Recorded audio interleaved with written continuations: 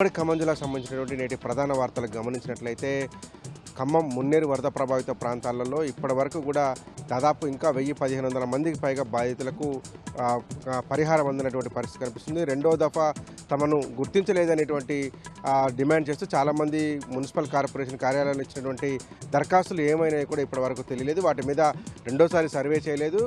ఎవరైతే వరద బాధితులు ఉన్నారో వారిని గుర్తించేటువంటి ప్రక్రియను కూడా అధికారులు చేపట్టడం పోవడంతో వేల మంది వరద బాధితులకు ఇంకా ప్రభుత్వ సాయం అందకుండా పోయింది.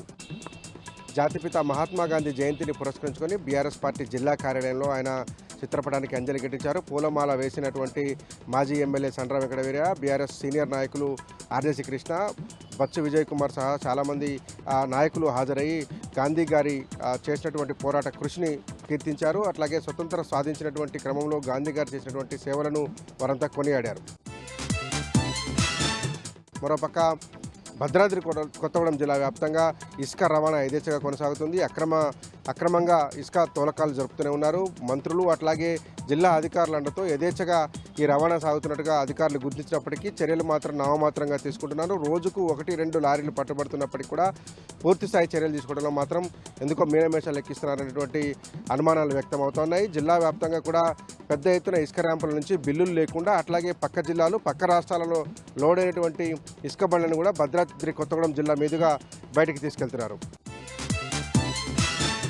మరోపక్క నెల రోజులు దాటిపోయినప్పటికీ కూడా రైతులకు ఇప్పటివరకు పంట నష్టపరిహారం చెల్లించకుండా ఈ ప్రభుత్వం మీనమేషాలు లెక్కిస్తుంది. 27,900 ఎకరాలలో పంట నష్టం జరిగిందని గుర్తించినటువంటి అధికారులు ఇప్పటివరకు ₹1 కూడా వారి ఖాతాలో జమ చేయలేదు. 27,208 మంది రైతుల అకౌంట్లకు సంబంధించినటువంటి వివరాలు సేకరించినప్పటికీ నెల రోజులు గడిచిపోతున్నప్పటికీ ఒక్కరి అకౌంట్లో కూడా ₹1 జమ చేయలేదని రైతులు ఆందోళన వ్యక్తం చేస్తున్నారు. దాదాపు నెల గడిచిపోయింది. పండుగ సీజన్ కూడా దగ్గరకు వచ్చింది.